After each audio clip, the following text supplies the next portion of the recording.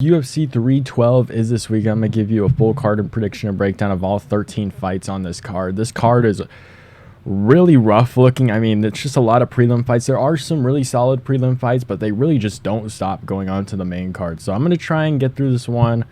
I don't want to say quickly. I'm going to give you my predictions and how I think the fights will end, but this card's really rough anyways. So hopefully we can fly right through this one. First off, we have Hyun-Sung Park versus Nyamjargal. Tumendemberel is how I'm gonna Demberel is how I'll say that one. This fight took way too long to research, or at least to get to that point, because this Nyamjargal guy, his fights on Fight Pass are super hard to find. I tried to find his road to UFC fights, and I don't know if UFC doesn't really pay too much attention to Fight Pass sometimes, or at least the road to UFC, but it is completely unorganized. The card he's on says it's the semifinals, at least according to Tapology. Couldn't find it. Took me at least like 30 to 40 minutes to find this one fight, maybe even up to an hour. It is an opening round fight, in case anyone wants to know. I think it's season 2 as well. I want to say maybe season 1. But yeah, completely unorganized. Took me too long to find this fight, and the fight wasn't even that good. He's not even that good of a fighter anyway. So I'm going with Hyun-Sung Park anyways. And the worst part kind of is, after researching that fight, is I remember doing it before, I just forgot. So, the same thing with UFC Macau. Can't find that fight on Fight Pass or ESPN Plus. So, good job UFC with that one. But Hyun-Sung Park, I'm going to pick him here. I think he's going to be way too calculated for Nyamjargal in this fight. And if it does end up grappling, I think he's got decent grappling as well. That's really what it is. I think he's just a much higher skill level than Nyamjargal in this one. I can say that relatively confidently too. He is going to be at a little bit of a reach disadvantage with 5 inches, but Tapology's picking Park as well. Again, I don't think he's going to overexert himself in some of these striking exchanges where he's just going to get tagged up. I think he just pieces up Nyamjargal in this one. So let's move on. We have Quillan Salkilld versus Anshul Jubli. I'm going with Salkilld, I think is how you say it. He actually looked pretty good. Very tall dude, 6 foot. They're both 6 foot, as I guess is what it is. It's at lightweight too, so both relatively tall for lightweight. Will have a 6-inch reach advantage. What I liked in his fight on the Contender Series is that he seemed to get better as the fight went on. Anshul Jubli got broken by Mike Breeden, which is a little bit of a red flag there. He is 30 years old as well. This guy's going to be 5 years younger. He's really long as well. Like, he fights really long. He's going to throw a lot of kicks. He's going to throw a lot of stuff to the body of Anshul Jubli, which is going to eventually tire him out, just kind of like how it was against Mike Breeden. Mike Breeden lost the first 2 rounds, just kind of like screaming in his face and tried to dog it out with Anshul Jubli, and Jubli broke. So I think maybe early on Jubli will probably get some good work in, but I think as the fight goes on, I think Salkilld will actually break down Jubli in this fight and end up going to the body. He has a really nice 1-2 as well. When I did see Jubli fight, especially in the first round, he looked really clean, and his striking is really quick. It's just, I don't know if he can keep it up, especially with the cardio. So I think Salkilld will dog it out a little bit. I like the way he mixes in takedowns as well. This is actually a pretty solid prospect.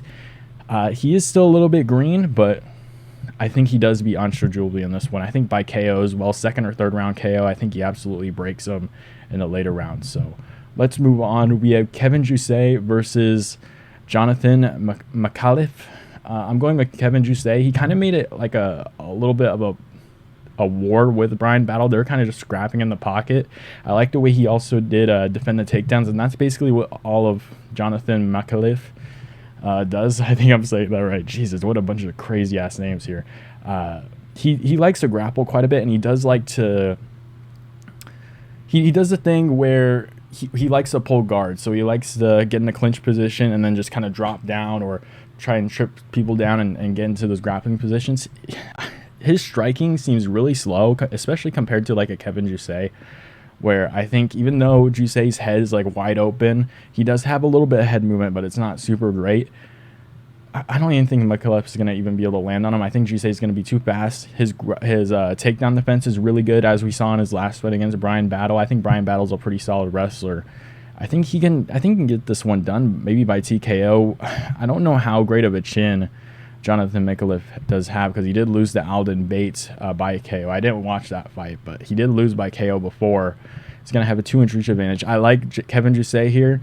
I don't think he really KOs people. Like, especially in his last few fights in the UFC, like Hyun-Sung decision, even though Song's a little bit, he's got a solid chin. Keeper Crosby got the submission. So it'll be interesting to see if he can get the KO. I wonder what Jonathan Micallef will look like without eventually getting his takedown and submitting a guy. Like, how will he react? I don't mind him getting KO'd, but I just like Kevin Jousset defending the takedowns, tagging him up. I'm not too sure on whether he gets the finish or not. So let's move on. We have Cody Steele versus Rong Zhu, or Zhu Rong, however the hell you say it. I like Cody Steele. I've been following him for about a couple years now. I think he's a super marketable guy. He's up there in age at like 30, almost 30, which I won't say it's a bad sign because it is lightweight. Like upwards 34, 35 is normally when the drop-off kind of happens. But Cody Steele's got good power in his hands, good grappling. He does have good wrestling ability. He does have a good team he trains with at Syndicate MMA. Trains with like Marab and all the guys that eventually go down there in Vegas. I think Dillashaw was training there before. I mean, just a pretty big gym down in Vegas from what I've seen. So trains at a pretty good gym, developing pretty nicely as well. I just think Cody Steele's going to be able to land on this guy. I mean, he was not really striking against Chris Padilla. I mean, he lost by KO, got his eye swollen up in his last fight. He was not really striking too much. I did not like the output. He's like way too calculated to the point where if a guy who's going to throw combinations, especially with Cody Steele, he did defend some of the takedowns pretty well in his last fight. Rong Zhu did. But Cody Steele with his power, I think he'll eventually be able to just tag up Rong Zhu way too much, and I think it's going to be way too much for him to handle as well. He has nice KO power. I don't know if he's going to be able to wrestle or grapple, but I think eventually Cody Steele will unleash a couple combination. I think he will catch Rong Zhu and then win that one by TKO. So I'm going Cody Steele here. I do worry about his cardio on Cody Steele a little bit more if it does end up getting into like a war. I'm talking about in future fights. I don't think he's going to get into a war with this guy, but I think he walks through this guy. But I mean, later on in his fights, that is a little bit of a worry, is his cardio, because he is a bulkier guy with a lot of explosivity. So I'm going to go Cody Steele here. I think he walks through him. Super marketable, though. I'm very interested to see how he does in the UFC, but he's a little bit older. I think he does walk through Rong Zhu in this one, though. So let's move on. We have Aleksandre Topuria versus Colby Thicknesse. I'm going with Topuria in this fight. He has fought a few bums on his record, which I will say is a little bit of a red flag. And Colby Thicknesse, I mean, he's fighting, 5-3 opponents, 4-2, so it's not as bad as what Aleksandre Topuria was fighting, but Colby Thicknesse, I will say, he is skilled, but I think Topuria will just be way too physical for him. He weirdly enough, I think Topuria will be stockier and more thick than Thicknesse in this fight. I will say, I just think he's going to be just way too big for him. I think he's going to be able to take him down. The thing with Thicknesse is, I've seen some of his ground and pound. His ground and pound is pretty vicious, but I just don't think he's going to win the position battles on the ground. I don't know how well he's going to do at stopping the takedowns of Topuria. I don't think Topuria's hands are as good as his. I think it's his. He's the older brother of Ilya, I believe. So his younger brother, Ilya's hands are gonna be way better than Aleksandre here. But I think for takedown wise, I think Topuria's just gonna be able to out wrestle him here. I think it goes to a decision. I don't see him finishing Thicknesse in this one, but I do get a little bit worried that maybe Topuria might have his position reversed, and Thicknesse is just pounding away on him and letting ground and pound and kind of forces him to get like a TKO in that way, because Thicknesse is kind of skilled, especially on the feet. I don't know. I do worry about that a little bit, but I like Topuria here, just kind of out wrestling him. We'll kind of see how his hands go against a much more skilled opponent than what's been on his record. So I'm going to go Topuria here by decision. I think he just out wrestles him. People are saying KO. It will be very interesting to see what his hands look like, especially against Thicknesse. So let's move on. We have Cong Wang versus Bruna Brasil. I'm going Cong Wang. Her striking looks a lot better than Bruna Brasil. There was one time where I had a lot of hype for Bruna Brasil after that Contender Series KO, but I mean, she's kind of just been up and down. Beat Molly McCann. How much does that really mean at this point? Cong Wang got that really nice KO against Victoria Leonardo, and that was more recent. Gabriela Fernandez, she got submitted, but I don't think Bruna Brasil is going to submit Cong Wang. They're similar sizes. Actually, Cong Wang has more reach with her hands, and I do just think she's a little bit more, she's better footwork-wise, and I think her striking's a lot better than Bruna Brasil. Bruna Brasil doesn't really move too much, so I'm going Cong Wang here. Does she KO Denise Gomes? I'm going to say no. I think, or Denise Gomes.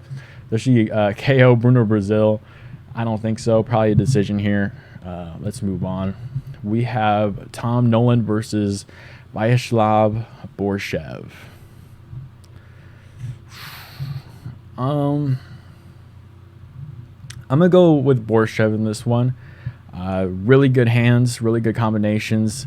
The thing with Tom Nolan is he is hittable at certain points. Like we saw Nicholas Mata KO him, and then he went to a decision with Alex Reyes. Like, how good is that to have on your record? At that point, Viacheslav Borshchev kind of got into the dirt, into the weeds with some of these fighters. Like Mike Davis, he lost to.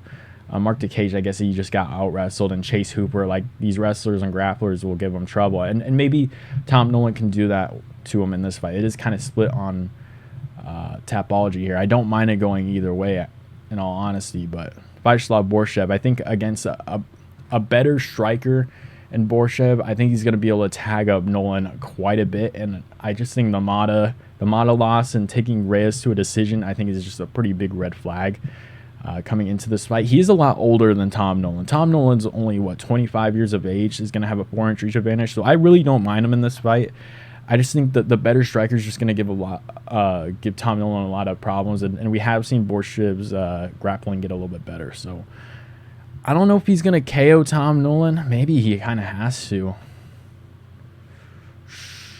No, I don't think he has to. I think he can land at will in like maybe the second or third round, maybe get a TKO, but I got Borshchev in this fight. I think the outpush is going to be maybe a little bit too much for Tom Nolan here. So yeah, let's move on. We have Jack Jenkins versus Gabriel Santos.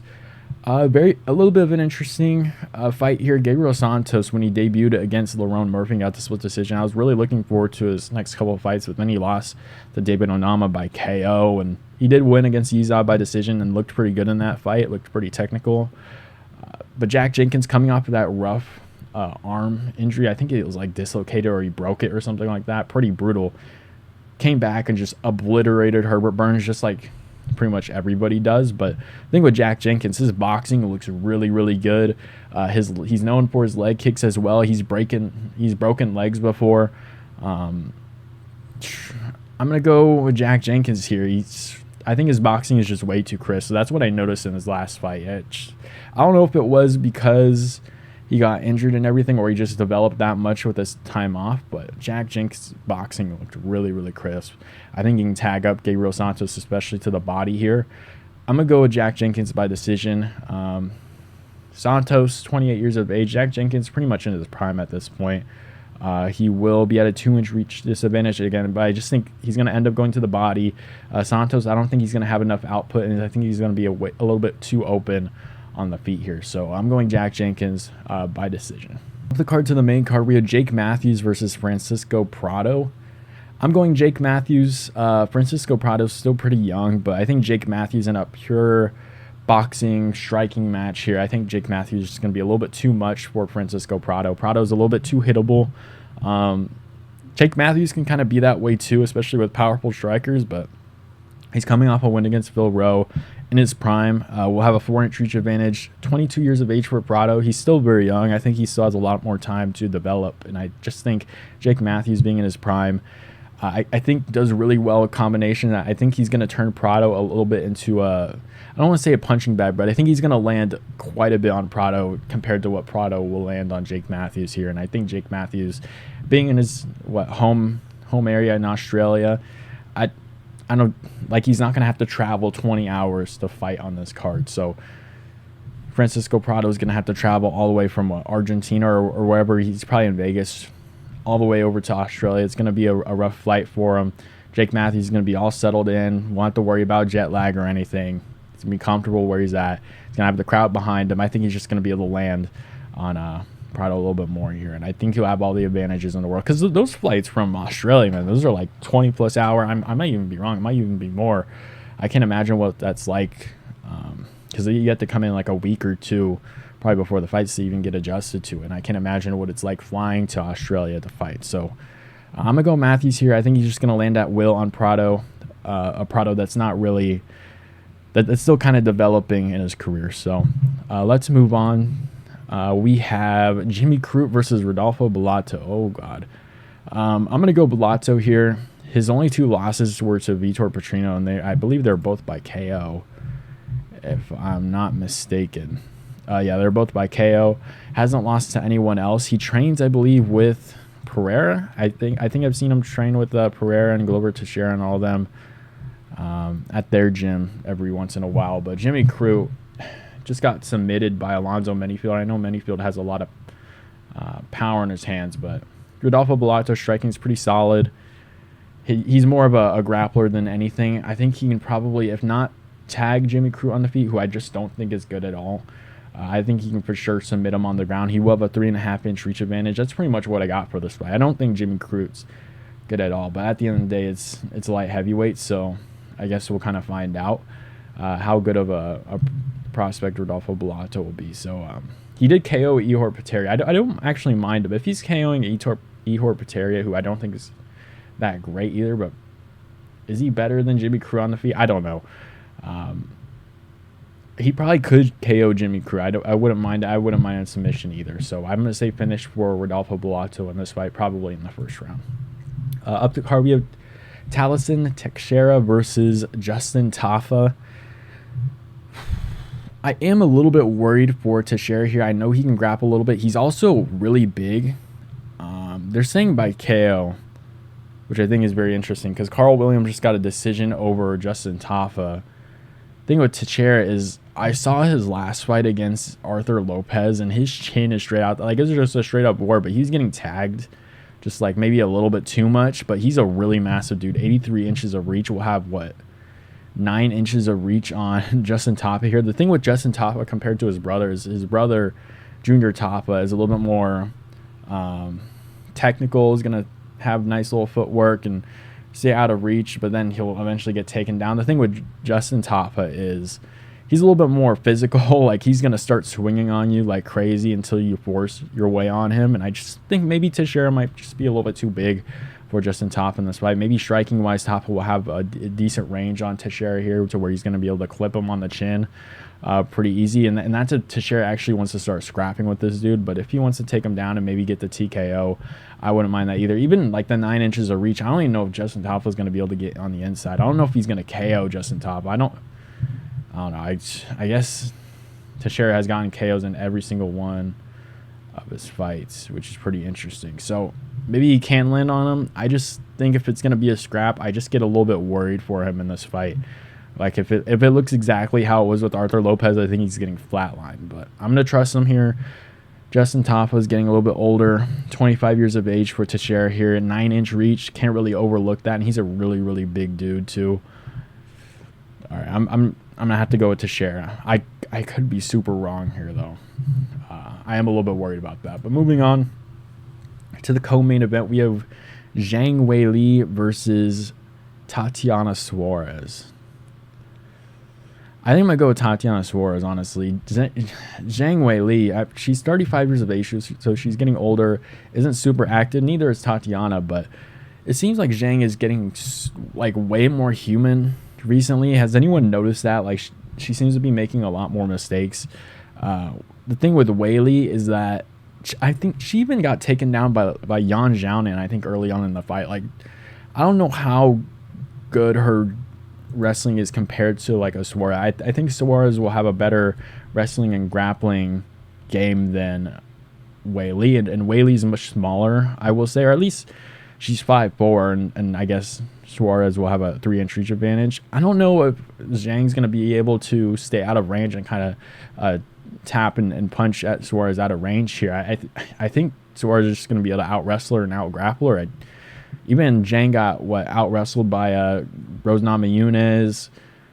Carla Esparza made it pretty difficult there. Got taken down by Yan Xiaonan. Like, these are all very like super worrying for me coming into this fight, and I think Tatiana just has a much better wrestling and grappling game, in my opinion. So I'm gonna take the upset here. Weili Zhang's just not looking the same as she has within the last couple of years. So, and it's becoming more and more inactive. So let's move on to the main event, to the actual fight that everyone's really looking forward to here.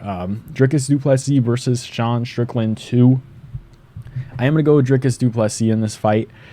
I think coming into a rematch, skill-wise, I think everything kind of leans towards Dricus in this fight because Sean Strickland's style doesn't really change.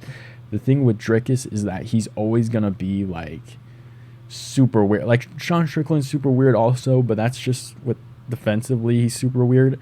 Dricus, everything he does is like super weird. Like the way he strikes, he'll start swinging his hands a weird way, and he'll start darting in at weird moments. But he has good wrestling and can grapple a little bit, and then he'll start gassing, and you see him like, I don't know.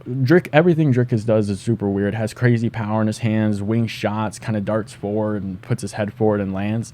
He was having a lot of success against Sean Strickland, probably outside the first round where Strickland wasn't teeping as much, and he was able to, Strickland was jabbing a lot, which is why Dricus's face was bruised up quite a bit. But the second Sean Strickland was not in control, it was pretty much over. Like the thing with Sean Strickland is he's always flat-footed. He had his foot on the gas pedal. He was doing really good. But the second Dricus had him on his back foot, and Dricus was just throwing leg kicks, and Dricus was going to the body, and Dricus was going up top, like always making Sean Strickland thinking about stuff. Even the takedowns kind of stopped Sean Strickland from opening up his game more, where Sean Strickland kind of just goes at jab, and he'll throw his 1-2 and then put his like knee up as like a teep, or he'll stop like a leg kick like that. That's his main game there. But the second when Dricus started taking him down in the first fight, his game kind of just halted a little bit, and Dricus was able to keep him on his back foot, and Dricus was able to land big shots on Sean Strickland and not really worry about Strickland throwing a teep or jabbing him the entire fight, or landing or cutting up Dricus. So I think Dricus benefits quite a bit in the second fight. I think he's going to be landing more takedowns.